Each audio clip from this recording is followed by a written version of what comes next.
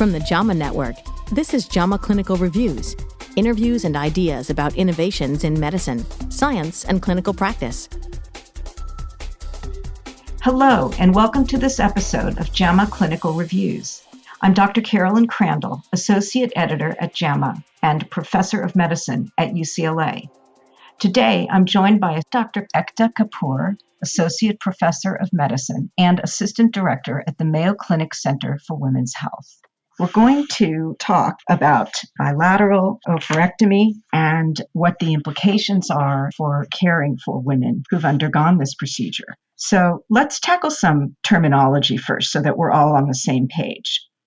I think many clinicians might be confused by the term surgical menopause. Hysterectomy itself is not surgical menopause unless there's a bilateral oophorectomy performed simultaneously before the final menstrual period. Is that correct? That is correct, Dr. Crandall. Hysterectomy leads to cessation of menses, but as you point out, that is not synonymous with menopause because menopause is cessation of ovarian function.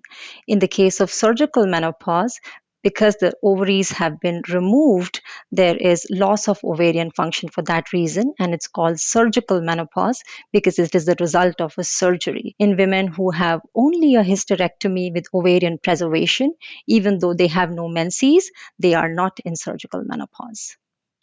I think that seems really important. It seems there may be some confusion about terminology, so that's really helpful to understand. So then, is bilateral oophorectomy prior to natural menopause potentially harmful to women's health? What could some examples be of those potential adverse health outcomes? That's such an important question, Dr. Crandall. So I always look at this issue with respect to two aspects. So one is the short-term health implications of this procedure, and then the long-term health implications, which may not be obvious to the patient, but are more important for her health in a sense. So when you look at the short-term implications, removal of both ovaries or removal of one remaining ovary in a patient who's previously had an ovary removed leads to a very abrupt decline in ovarian hormones, mainly estradiol. So this abrupt decline in the hormone leads to very severe and again abrupt symptoms for most patients. So these are the classic symptoms of menopause, which include hot flashes, night sweats, sleeping difficulties, mood problems, subjective cognitive complaints, sexual dysfunction, joint pains. And as you can imagine, these symptoms result to a significant impairment in quality of life. Now, as I said previously, these symptoms are the obvious ones that most patients will pick up on. There is a minority of patients who do not experience these symptoms, but most of them do when they have an abrupt decline in their ovarian hormones. But what to me as a clinician is even more important are the long-term adverse effects of removal of both ovaries prior to the age of natural menopause. And I also want to make a point here that the younger a woman is when she enters menopause, the more grave are the consequences. So, for the purposes of providing some important definitions, premature menopause is when a woman enters menopause prior to the age of 40. And early menopause is when it is between the ages of 40 to 45. 45 and beyond is considered the normal age range for menopause. There is fairly strong observational evidence which tells us that women, if they have their ovaries removed prior to the age of 40, they have multiple adverse long-term health outcomes. Now, even if the woman is between the ages of 40 to 45, there is an increased prevalence of some health issues, but they're not as pronounced as they are when the woman in question is younger than 40 years of age. What are these issues? So there is an overall increase in the risk of mortality. There is an increased risk of coronary artery disease, increased risk of dementia, dyslipidemia, osteoporosis, obesity, and Parkinsonism. Overall, we consider these women as being at risk for accelerated aging. Dr. Walter Roca at our institution here in Mayo Clinic, Rochester, has done extensive research on the topic. And again, based on observational evidence, it is pretty clear that these women have what you can call an accelerated accumulation of multimorbidity. So, what that means is that they are more prone to a host of diseases, which ultimately culminates in accelerated aging.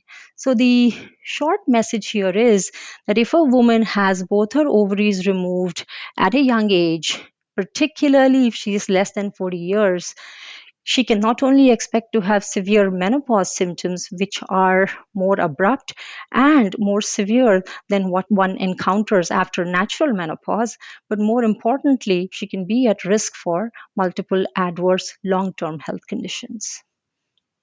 That's excellent insight into what clinicians can look for or be aware of in counseling patients who've had bilateral oophorectomy, particularly at younger ages. In your clinical insights piece, you suggest menopausal hormone therapy as a possibility to reduce these morbidities that you just mentioned regarding surgical menopause. And one of the dilemmas that you highlight is that there are no randomized clinical trials that help us balance the risk of cancer, for example, breast cancer and venous thromboembolism, against the potential cardiovascular or fracture benefits that may be conferred by hormone therapy. So, can you expand on this a bit? How can we interpret the balance of information regarding risk and benefits given this big caveat about an absence of clinical trials to inform us?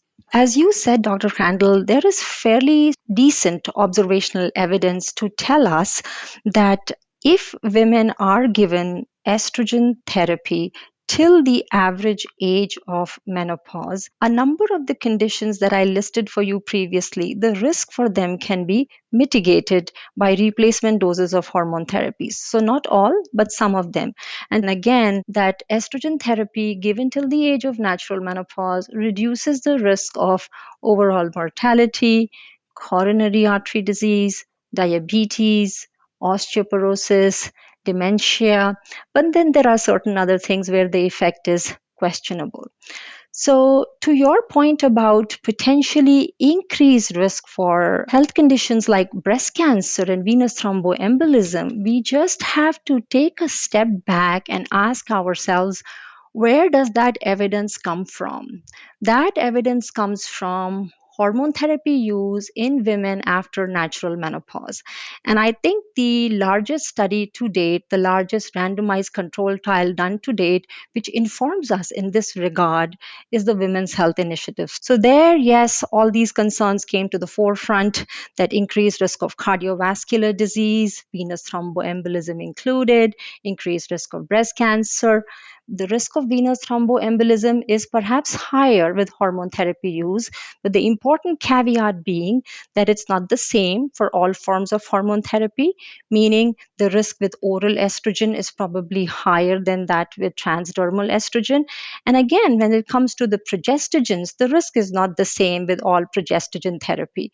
And then it's also important to consider what the patient herself brings to the table, meaning what are her pre existing risk factors for venous thromboembolism, for example. Then is the breast cancer issue. Again, the risk is not the same for every patient. The risk is not the same with every form of hormone therapy. And in fact, in the WHI, there is a signal that estrogen only therapy may, in fact, have been a little protective, definitely not harmful with respect to the breast cancer risk. And the increased risk was mainly in the estrogen plus progestogen arm. Important to understand that the risk is not the same with all types of progestogens. With respect to coronary artery disease, considering the patient's age is very important. The risk does not seem to be increased in that younger woman after natural menopause who's within the first 10 years of menopause, but it may be higher for women who are older. Now, this is all for women after natural menopause. In women with surgical menopause, we're talking about younger women who've had their ovaries taken out and the hormonal milieu has been artificially changed. So, if you think about it, in a sense, if you are going to be giving hormone therapy back to this patient population, it can be considered replacement therapy and not necessarily menopausal hormone therapy, strictly speaking. So it should be given back to them unless there is a reason that these women should not be exposed to estrogen. So a classic example there would be a woman with breast cancer. If she has had a bilateral oophorectomy to reduce her risk of breast cancer recurrence, then it's not going to make sense to put such a patient on estrogen therapy. But if such a contraindication does not exist, then for such a patient, it would make sense to put her on estrogen and leave her on replacement doses till she reaches the average age of menopause. Now, speaking of breast cancer, one thing that comes up in our clinical practice all the time is what about those patients who have both their ovaries taken out for breast cancer risk reduction in the setting of high risk genetic mutations? So, the BRCA1 and BRCA2 mutations. You are taking these patients' ovaries out to not only reduce their risk of ovarian cancer, but also to some extent to reduce their risk of breast cancer. So, is it counterintuitive, counterproductive to be putting such patients on estrogen therapy? Again, there isn't much evidence to guide decision making, but there is some observational evidence which tells us that hormone therapy, again, in replacement doses, is considered safe even for this patient population. So, if I were to summarize what I just said, we don't have randomized control trial data to guide us, and we probably never will have that. But there is strong observational evidence to suggest that there are benefits of hormone replacement in this patient population. As far as the risks are concerned, it is hard to extrapolate the data that we have with hormone therapy use in women after natural menopause because that is a very different clinical scenario. And I think perhaps we also might want to clarify if a woman has had a hysterectomy along with the bilateral oophorectomy, there is no indication for any type of progestogen because the only reason you'd really give that is for endometrial protection. And so that may go into your clinical counseling, given what you just said a moment ago about weighing risks and benefits of breast cancer related to giving these hormones, because she would not require a progestogen if her uterus was removed. Is that right? Correct. That's exactly right. In fact, to your point, sometimes I see that in my practice that women are planning to have bilateral oophorectomy for risk reduction.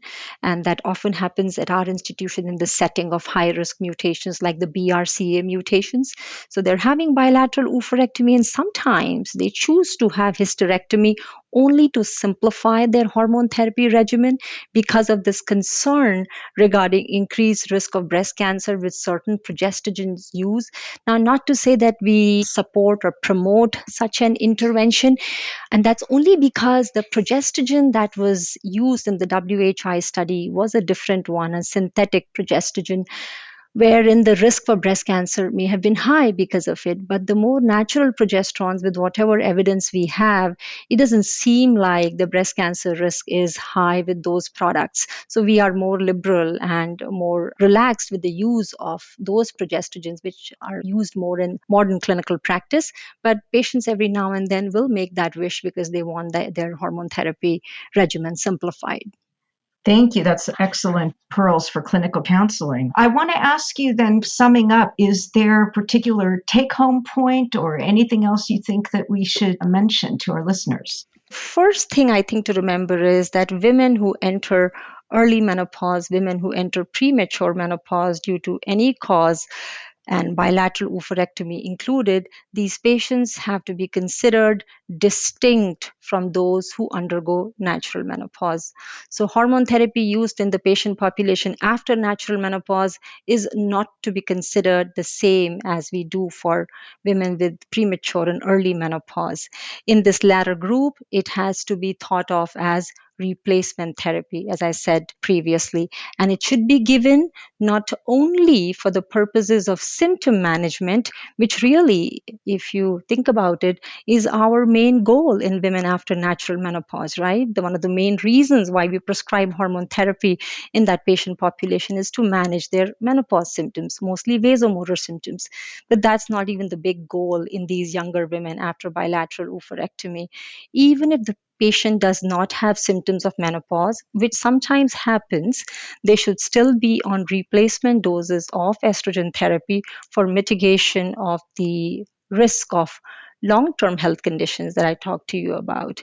And then, in terms of dosing, on an average, the doses of estrogen used have to be higher than what we use for women after natural menopause, as we have detailed in our review. These are doses with which the goal really is to achieve an estradiol level which is comparable to what a normal premenopausal woman would have. So it's typically double the dosing of what we use for women after natural menopause. That's number one.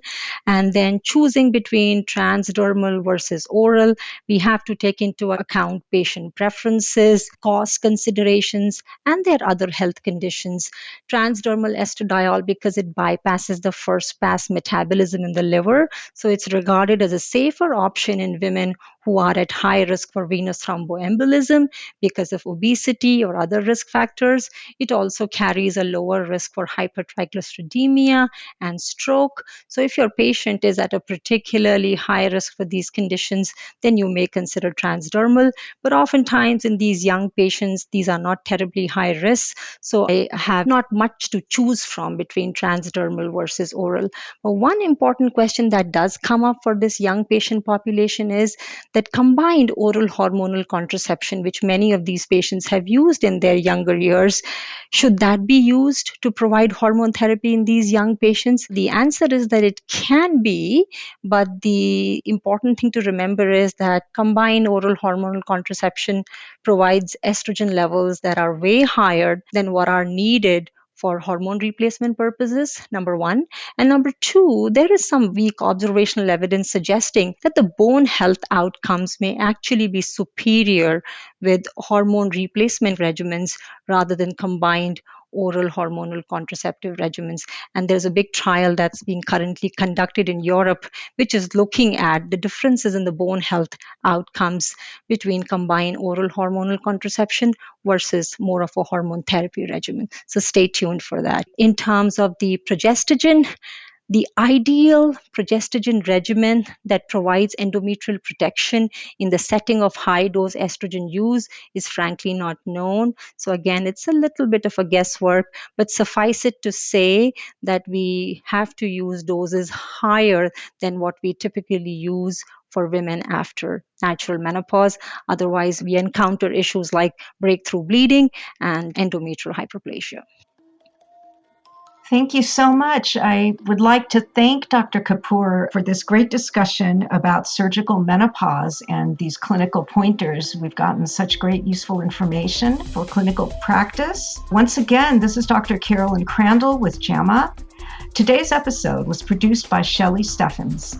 Our audio team here at JAMA includes Jesse McCorders, Daniel Morrow, Lisa Harden, Mary Lynn Ferkaluk, and Mike Berkowitz, Deputy Editor for Electronic Media at the JAMA Network. You can listen to and follow this and all our podcasts on JAMANetworkAudio.com or wherever you get your podcasts. Thanks for listening.